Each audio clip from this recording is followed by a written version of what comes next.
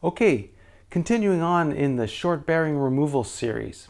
Today we're going to be removing bearings in two more variations of the BSB bearing arrangement. The first variation is where the internal bearing spacer moves off to the side. And the second variation is where there isn't a bearing spacer at all. Now in the movable spacer BSB and the no spacer BSB, you could remove the first bearing with the alt extractor. It's a great tool because it removes all bearings in simple pivot and BSB bearing arrangements, but it's expensive. So I designed the alt drift as an inexpensive solution. Now if you're a home mechanic and you only got a couple BSBs to work with and you know that they will work with the alt drift, you're in luck because this will work great for you. Unfortunately, if you're a shop, you're going to run into the alt drift's limitations, so you are going to end up needing the extractor. So you might as well start with the alt extractor.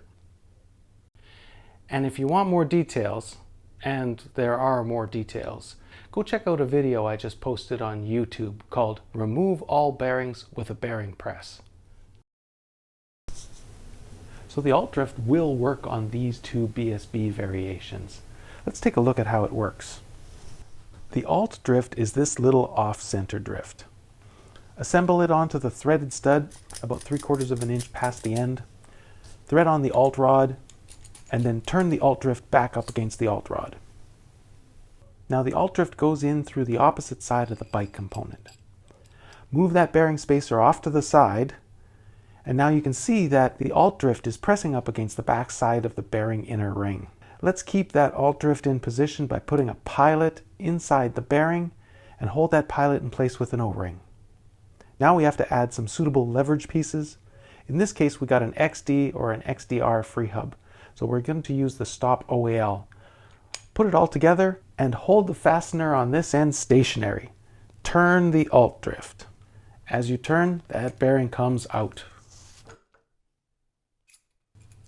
The alt drift works great, but it does have some limitations.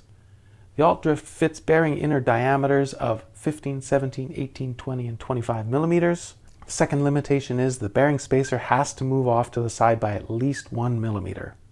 And the third limitation is the bearing spacer has to be at least 10 millimeters long to make room for the alt drift.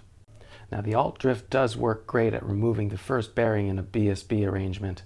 So if you know it'll work on your application, good for you. You might just be getting away cheap.